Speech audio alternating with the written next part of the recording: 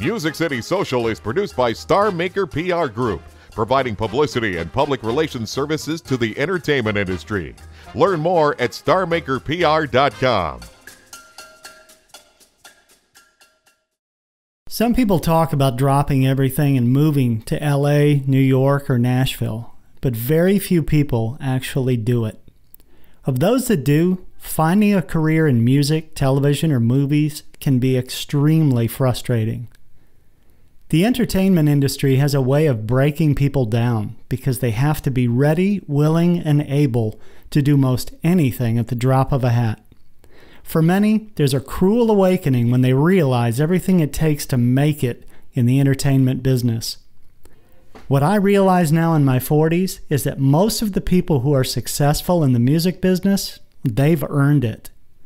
My guest today is one of very few people I have met who literally dropped everything, a family, career, money, security, and moved to Nashville in hopes of finding success.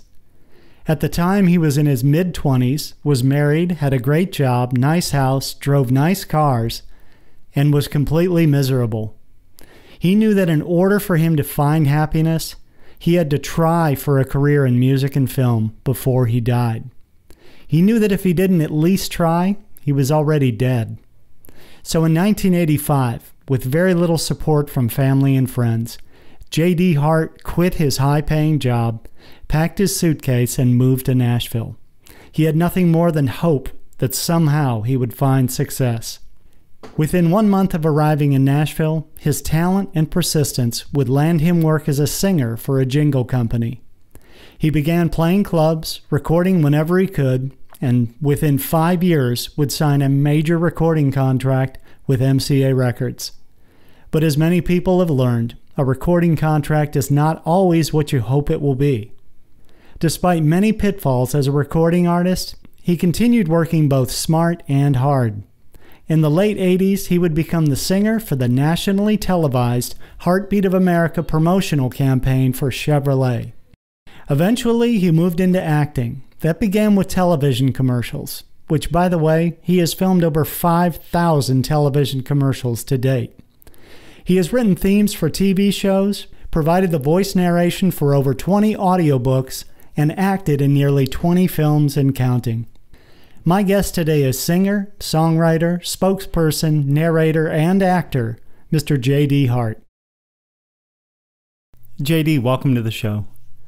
You and I have talked about this on many occasions, that in 1993, out of desperation financially, I went into the car business, selling cars, and I guess because of my communication skills, was quickly moved into management, became general sales manager for a GM dealership. And I just remember in 1996, I was driving to work one day and I realized this is not who I am, and I cannot do this anymore.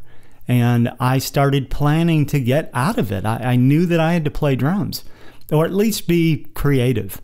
And you went through that same thing. You were working for your father-in-law's aluminum manufacturing company, and you one day just said, I cannot be this anymore. So tell us about that. Well, the work that I was doing, I just wasn't passionate about. It was a career, and it was a great opportunity. I worked for a company called Suncoast Aluminum, and I started out as a district manager and worked my way up to executive vice president.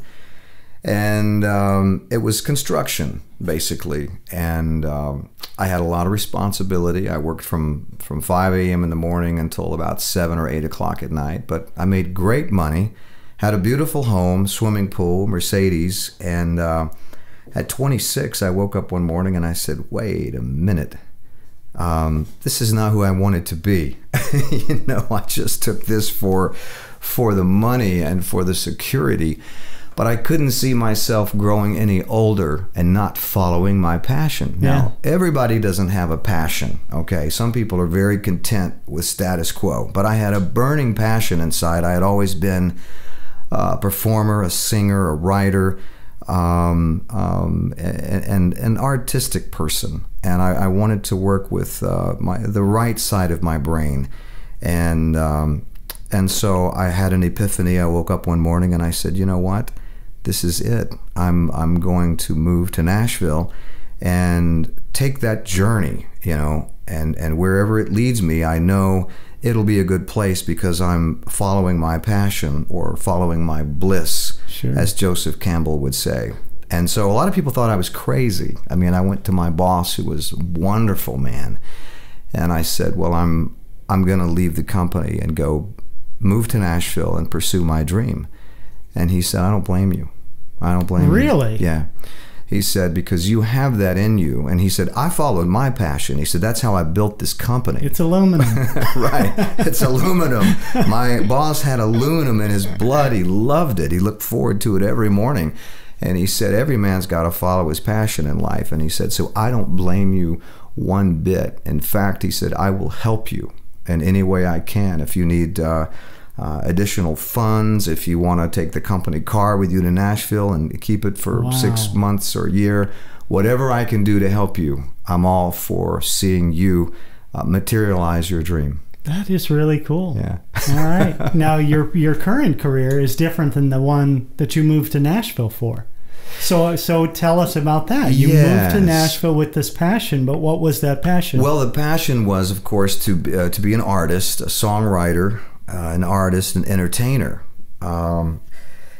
And, you know, things evolve over the years. I mean, I was in the music business for 8 years, and I loved it. I have no regrets. I wouldn't take anything for it. Being in the music business allowed me to see the world. When I first moved to Nashville, I had wonderful luck at getting work as a jingle singer right away. Within the first month, I had recorded a national jingle for Mack Trucks, an international jingle for FS Beer, a national for Sears, and I felt like this is going to work for me, you know. So it started with jingles, and then of course I started writing and co-writing with friends, and ultimately hooked up with a wonderful producer who produced an album on me and then started pitching me to labels. Ultimately, I wound up on MCA with Jimmy Bowen as my producer for 3 years. And so all of this was coming true. And I got to tour quite a bit. I got to tour in Brazil. Actually, Diamond Rio was at that time called the Tennessee River Boys. They were my backup band, and they in worked Brazil. Out at Opryland a lot. Yes. And so I knew some of those guys before that. Yeah. Before that, yeah. Their career took off like grease lightning, and they're great. It should have. But I had the opportunity of working with some great artists like that, and traveling in Brazil, in China. I had a record deal, did a video in Hong Kong. I toured in Japan. And so I had a wonderful experience for 8 years, but I was discovering something along the way. I mean, I started this journey, I call it, when I was 26 years old. And at that time, I thought I was an extrovert. I thought I would actually enjoy, you know, being on stage, performing for a number of people. And as I say, that was fun, but it sort of ran a course. And also the disillusionment with the music business. Once you discover that business is the bigger word in show business, okay, that kind of changed my paradigm and the dynamics of the business for me. I wanted it to be fun and enjoy the process, but when you really get into the business part of show business, it can be very brutal and very it's the word I'm looking for. Well, edit. Yeah, please. I'm trying to be nice here, okay? Don't be. You know, be honest. There's a lot of I guess, you know, exploitiveness, and it's very easy to be exploited in the music business, taken advantage of, deceived. I was deceived by my own record label, for example. I mean, I thought once I was signed to MCA that I would be a year away from having a hit record on the radio. but it's not like that at all. You know, you're still trying to prove yourself once you've been signed to the label, because there's a lot of jockeying going on at the label between the A&R people, because they've got their own artist and their agenda that they're working on promoting. And but I think one of the mistakes that I made as an artist is I didn't really fight for who I was as an artist. Once I got the record deal, they wanted to change who I was as an artist. And I found that very odd, but I felt like at that age, okay, I guess I better play along. If they think I should sing it like this or do this kind of music, maybe that's what I should do. And that's always a mistake. In the big picture, you better be true to who you are, because whether you fail or succeed, at least you can be happy with yourself knowing that you did it your way. But if you try it somebody else's way and fail, you'll never know if your way was better. True. So that's a discovery that I made, that if I had it to go back and do it again, I would have definitely stuck to my guns on, no, this is who I am as an artist, and these are the songs that I write, and this is the kind of music that I want to do. But I settled for less. So anyway, it was, I was on MCA for 3 years, and writing and recording, and finally we had a record that we thought was going to be great for radio play. We had already pitched it to radio. They said, yeah, we love it, we're going to be all over this song. And then my producer was fired from MCA. And when your producer is fired from a label, that means the artist is gone too.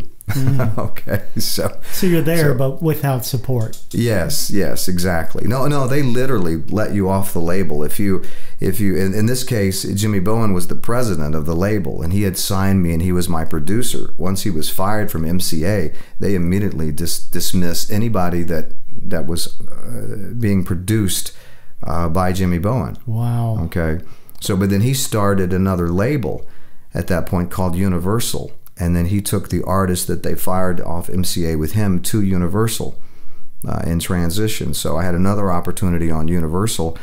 And during that experience, I got to write with Alan Jackson, Marty Stewart, some really great writers. James Stroud was my producer at that time on Universal. Great drummer. Yeah, absolutely. That dude's played on a lot of hit albums for a mixture, a variety, a plethora of artists that's unbelievable. But so that was my experience there, and I was on Universal for almost 2 years when finally my single came out, and it was called "Come Back, Brenda," and it was a song written by Even Stevens and Marty Stewart, and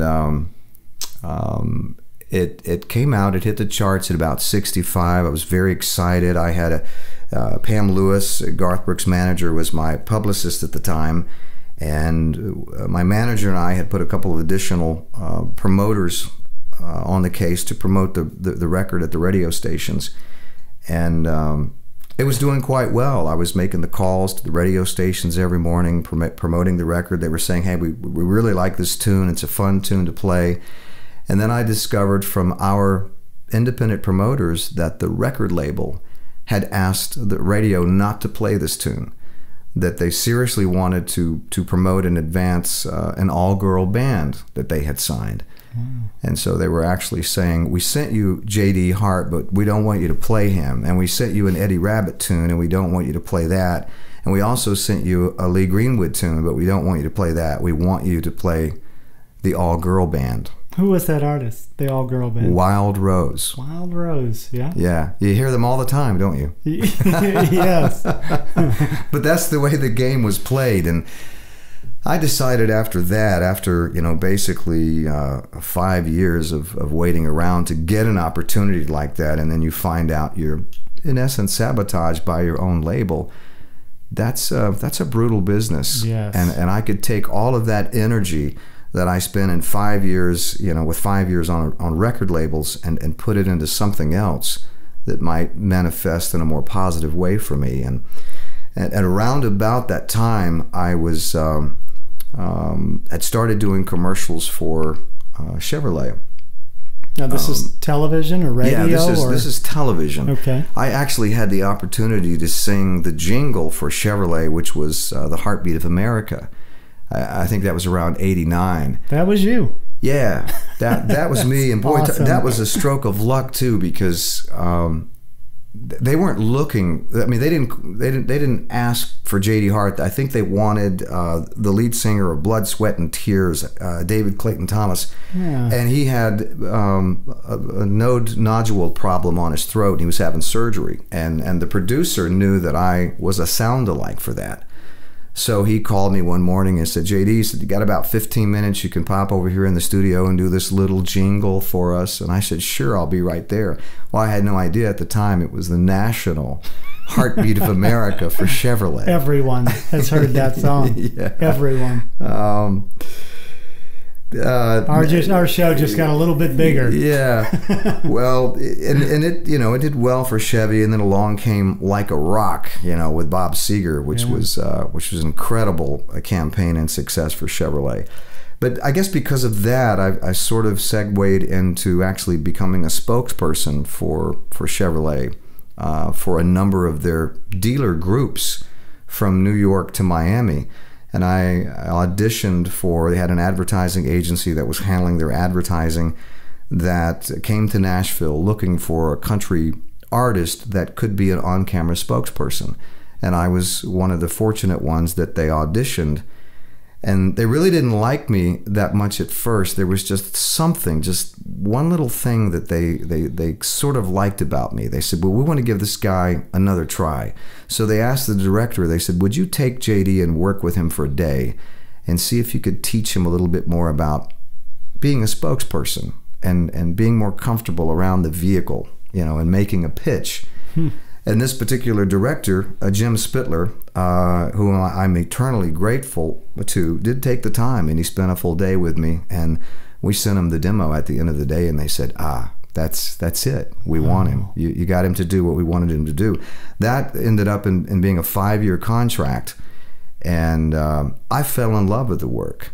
That was really my segue out of the music business into doing commercials, because I was also sort of segueing from being an extrovert to an introvert. I was getting sort of tired of doing the gigs at 11 o'clock at night, 12 o'clock at night. I was sort of getting tired of you know, always being approached about, I've got a song for you, I've got a song for you, you know, and I just wanted sort of a quieter life than that. And so the commercial opportunity, you know, you fly into Grand Rapids for 4 hours and do the shoot, and you fly back home. You're in your own bed at night and very comfortable. And I just fell in love with that work, and I've done it for 25 years now. Jeez. Not with Chevrolet. That was a 5-year contract, but I stayed in that business and developed my own production company and started shooting commercials for individual car dealers. And well, since that time, I've done over 5,000 automotive commercials in my career. Unbelievable. Wow. All over the country. So, you know, again, I go back to when I went to Nashville, I knew I was on a journey to find something. I mean, I set my goal for one particular thing. But you make discoveries along the way, Drew. Like, you know, you think maybe it's really this one thing you want, but you find out maybe it's something else. But as long as you're following that passion and being open-minded and allowing yourself to discover who you really are. And I don't think we always really know who we are in our 20s. Oh, I would have to agree. Okay, would you agree with that? I would agree. We might think we know who we are in our 20s, but something happens to a man around about the time he reaches 30, and I think he really starts to develop a true sense of who he is and what really makes him happy and what he really expects from life. And so I went from being, you know, extrovert to introvert, and love the on-camera work because it just suited me better.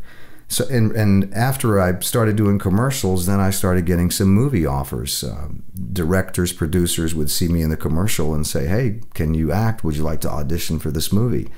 And that sort of led into doing film work, which I also love, because I think introverts are made for film.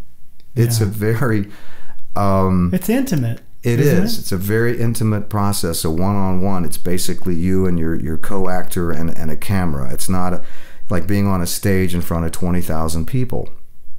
And so that suited me very well. And so also in the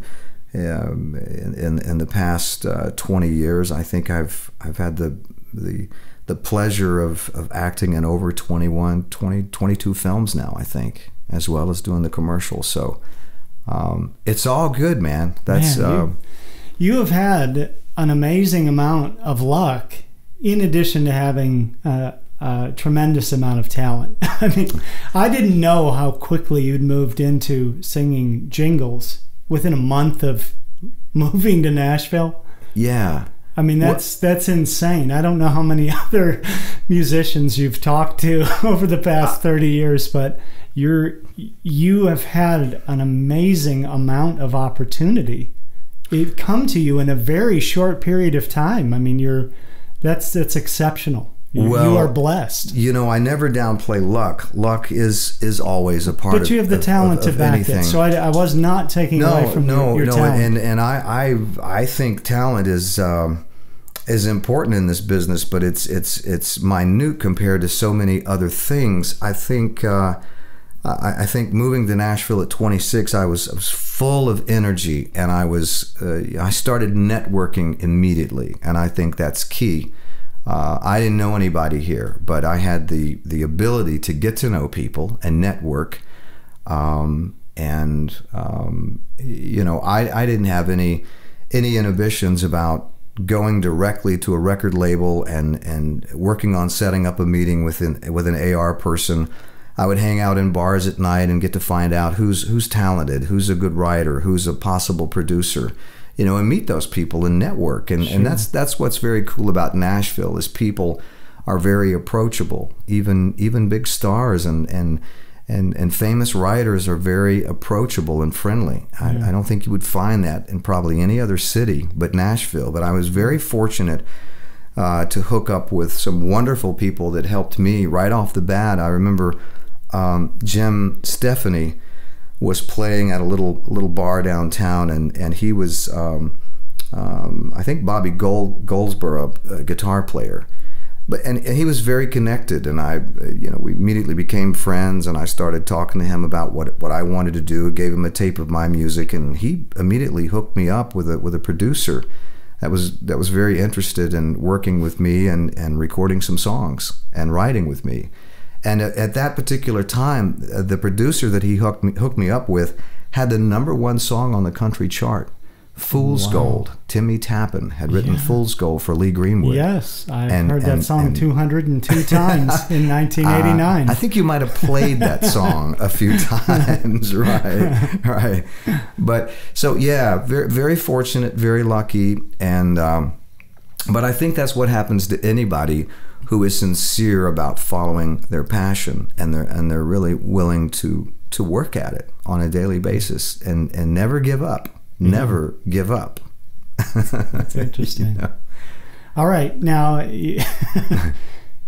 recording artist, MCA, didn't necessarily come here for music. Came here following a passion, but got a record deal. Change from an extrovert to an introvert.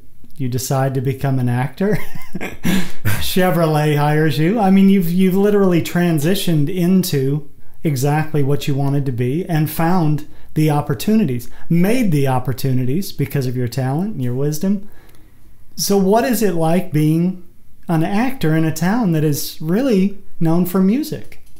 Yeah, well, that's a toughie. It really is. But what you were saying is so true, and I think that if we're true to who we are, we will attract the right opportunities. If we live authentically, okay, and true to ourselves, we will attract what is right for us, career-wise and with our passion. These are the things that I have attracted is, you know, the commercials, the film, and now ultimately narrating books. But your question was, I'm sorry, I sound like the debate last night. I'm getting way off the subject matter. So what is it like being an actor in a town that is really known for music? Because I think if you were to ask an actor, is Nashville or LA your choice, you know, or New York, they're going to say, well, it's not going to be Nashville. But you've made that career happen, and so you're you're the only actor that I know in Nashville. So how do you operate as an actor in a place that's known for music? If I had been honest with myself when I was 26 years old, what I really wanted to do was be an actor, but I was afraid to make the move to LA. It just seemed too foreign to me. It seemed too far away. I grew up in North Carolina, and I felt like moving to Nashville, I would be closer to my family. I felt like it would be an atmosphere that I was more comfortable with than LA. So I didn't know at the time that I wasn't willing to admit to myself that acting is what I wanted to do. But being an actor in Nashville, here's the thing you really have to know. You have to wear a lot of hats, okay? And most people think actor, you think immediately film. Well, there's so much more than an actor can do besides film, okay? The commercials, for example, I'm acting in the commercials, whether you're being a spokesperson or you're just doing a splice of life in a commercial, that's still acting. I consider that acting. And from that, then I got into doing voiceover work, because naturally doing the on-camera commercials for Chevy, they would do what they call donuts, where they had like 10 seconds of visual on the front end, 10 seconds of visual on the back end, and they needed to fill that hole with what they call a voiceover, just my voice. And so they said, we need you to do a 15-second voiceover for the spot.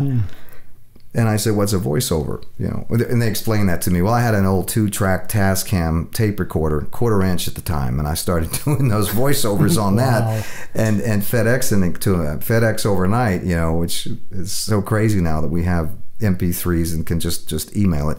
But so that's wearing a lot of hats is you must do as an actor. So the voiceover work, the narration of books. Jingles, I write and produce jingles. I do whatever an actor can do, and not just film, because you couldn't, there's no way an actor could just survive living in Nashville off doing film, okay?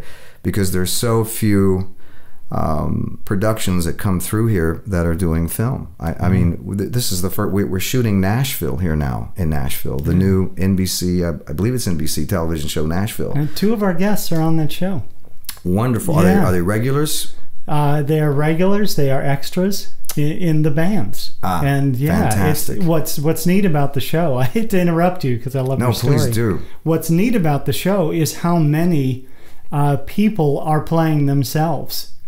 On the Nashville TV show. And so, for example, both the bands, the band for the younger girl and the band for the older woman, all of the people you're seeing are people that play in bands or are backup bands all around Nashville, or for artists. And then same thing with the producers, the managers. Those are people that typically work in the business here in Nashville. They're the real people. They're the real people, which is really like cool. Themselves. It is. There's somebody at the inside to say, let's really use Nashville, not recreate it and, you know, put people in the places that we think would play the part well. So I think that has the best chance of it being a success, is hiring these people that really are and making it look authentic. And what a great opportunity for Nashville that finally we have a series that's shooting here, because think about how long that's been. What was the last series that we shot here? Was it Hee Haw? On a network, I guess Hee Haw, you know. I mean, we've had, you know, like Nashville Now and Ralph Emery with Nashville Now, and that was cable. I'm not sure if that was network or not, but yeah, that's wonderful. But it takes so many years for an opportunity like that to come. Hopefully, this will bring more opportunity of that kind to Nashville. Okay, once Hollywood finds out, hey, we do have actors here, and some of them are pretty good, you know. But anyway, getting back to your question, being an actor in Nashville, one must be very versatile. Yeah. Well, you're not just an actor. You wear many hats, exactly as you put it. You do so many different types of creative work, but still you make a living at it. Yes. And you don't play in clubs. Right. And you don't have a record deal. And that's, right. To me, that's fascinating. That someone can make a living doing all of those different types of creative things. And in addition, I mean, you have this history, which is, it's pretty fantastic. You've lived it, so you may not see it. You know, you're in the middle of the forest. But hearing the story, and I've heard parts of it in the past, hearing it again, it's uncommon. Most people do not wind up with the level of success and opportunities that you've created. And I truly believe you created them. You made those things happen. So well, it's wonderful. Thank you. And I want to talk about something that you're doing currently that it's getting some negative attention from YouTube, which I think is fantastic. But it's I'm going to call it a web series. It's called Social Path. And tell us a little bit about that. It's fascinating. Well, Social Path is the brainchild of a friend of mine who I met in Michigan, who was also in the music business many years ago, and he got out of the music business and started doing his own show on YouTube. It was called Gripes, and he was being quite successful with it, and we reestablished a connection. And we talked about, hey, wouldn't it be fun to do a show together on YouTube? But we don't have any money. We don't have a budget. So what could we do? And I said, well, let's put our heads together and come up with something that interests both of us. And so that's what we did. And the concept for Social Path is kind of fiction and nonfiction. I mean, it's basically about a movement toward a world power, an Illuminati, so to speak, that's in control of the world ultimately, that wants to depopulate and move toward a one world power. So a lot of fiction to that, of course, but isn't there a lot of fiction on television and when you go to the movies? Okay, and there's a lot of information out there that would support. Well, that's what we found too, right? Yeah, You could say it's fiction. You could say, well, maybe it's not fiction. But we just wanted to come up with something that we felt would be different and entertaining. And I think that we sort of accomplished that, because we had reached an audience of over 500,000. We had built a subscriber base to over 4,000 in just a couple of months. And this is all on YouTube. This is all on YouTube. It was on YouTube. And then one day, lo and behold, YouTube terminated our account. And we do not know why. They didn't give us an explanation. So we surmised that it must have something to do with our content.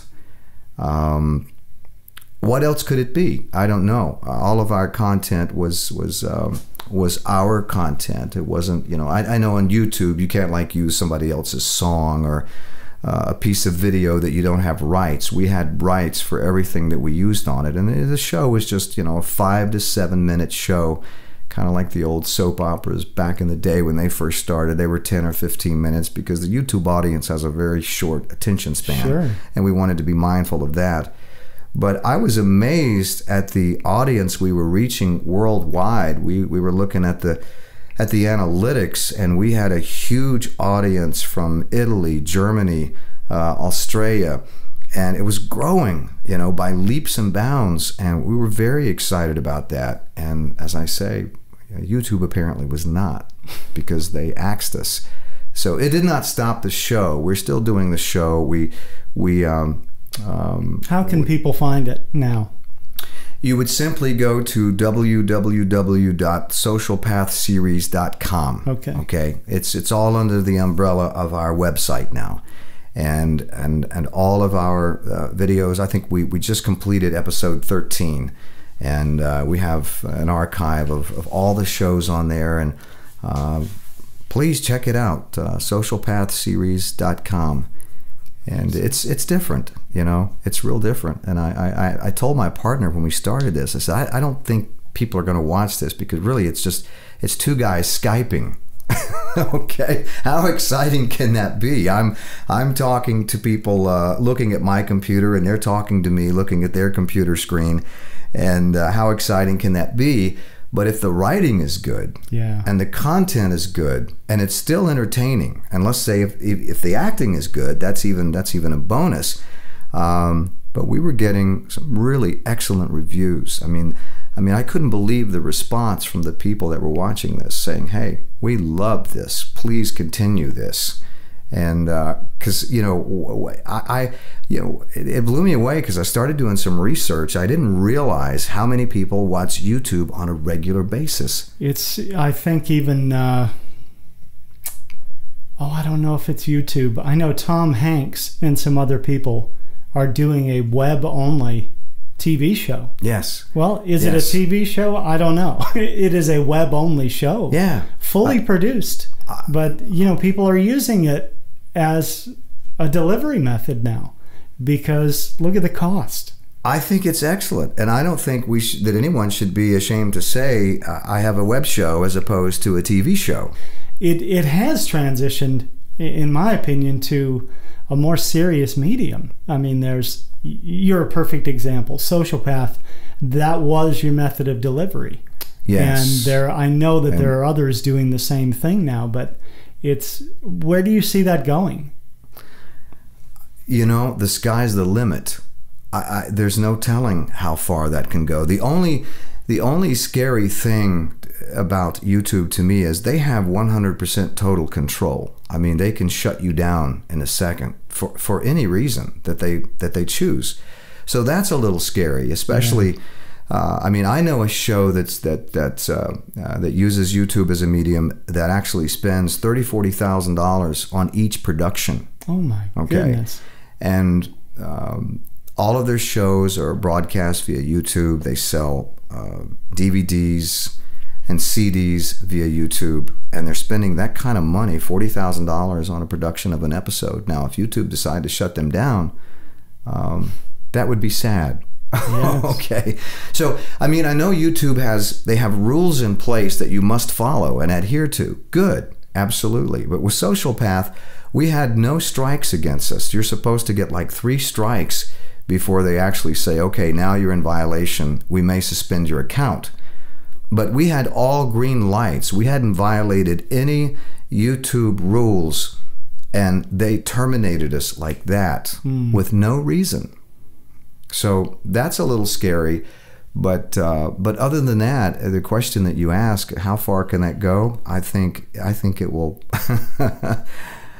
I don't know. I was talking to some TV people in South Carolina last week that say, hey, you know what? YouTube is becoming serious competition for our content on our network and our cable stations. I believe it. So it's the future, man. Yeah.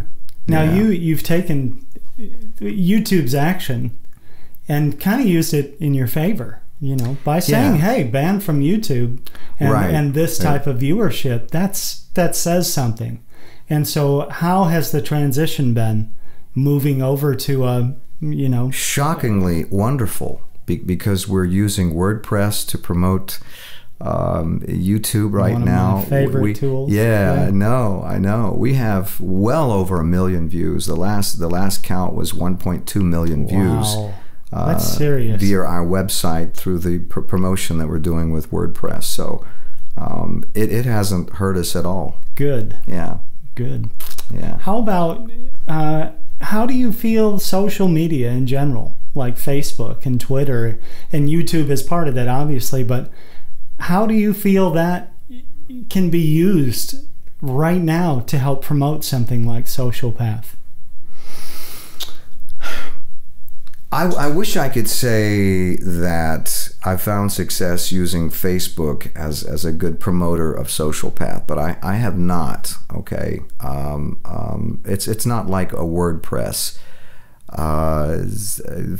Just for me, I mean, everybody's different, but I mean, it's social. The Facebook to me is just people really want to keep it very social. They don't seem to want to interact with anything involving your business or what you're doing. That's been my personal experience. The posts to me that get the most attention on Facebook are, you know, look at my dog cuddling with me in bed at night, you know. Or look at my new grandchild, you know, and that's wonderful. That's absolutely wonderful. But for me, I don't find that a good source for promoting my work. You know, so if I'm answering that question at all, I don't know. But that's no, that's Facebook. I think is just that people like to reach out and reach out to each other, connect, and talk about, you know, family things, family issues, and that sort of thing. That's what I find personally. Gotcha. We didn't get much response to Social Path on Facebook. It's I don't know. Well, then let me ask you this: what do you think drew people in on YouTube? How did they find episode 1 and begin sharing it? What was the magic there that built that viewership? Well, I would guess that it's because YouTube is a search engine, and to my knowledge, Facebook is not. Okay, so when you're utilizing YouTube, you're able to put in these tags, keywords that would pull somebody into a show like that, and be very specific about what your content is. That's the difference, I think.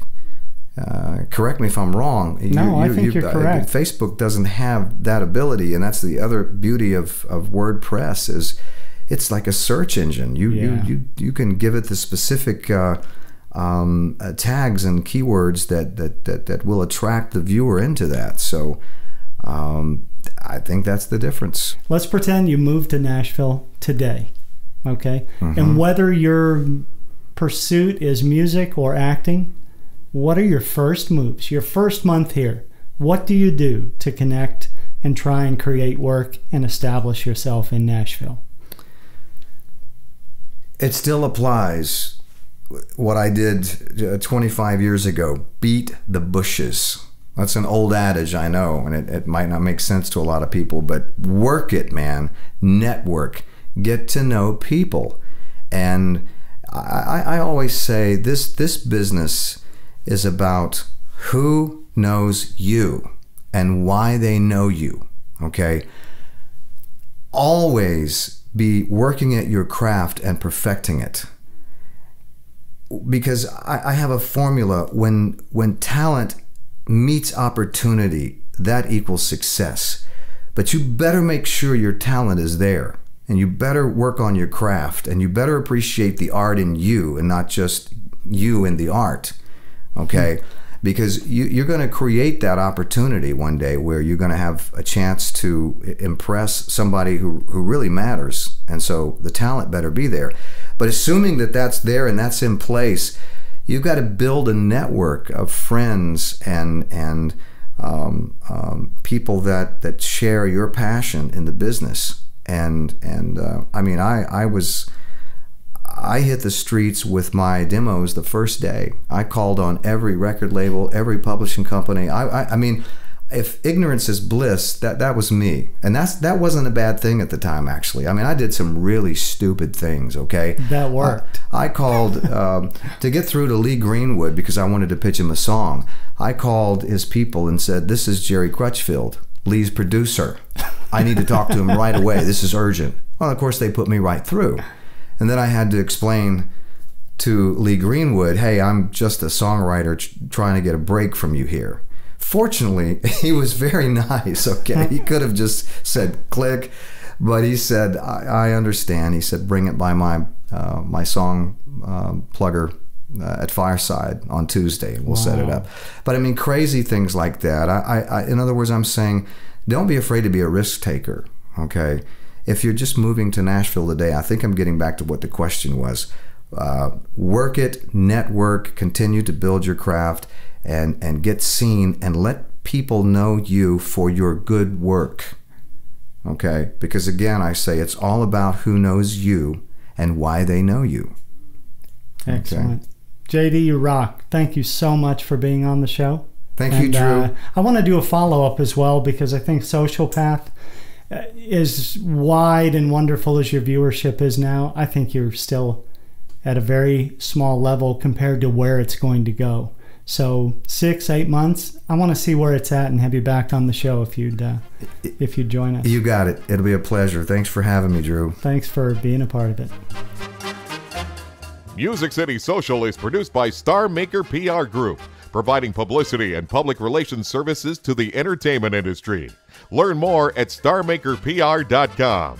Promotional consideration provided by Super Rope Cinch. Secure anything with rope without ever tying or untying a knot. Learn more at superropecinch.com.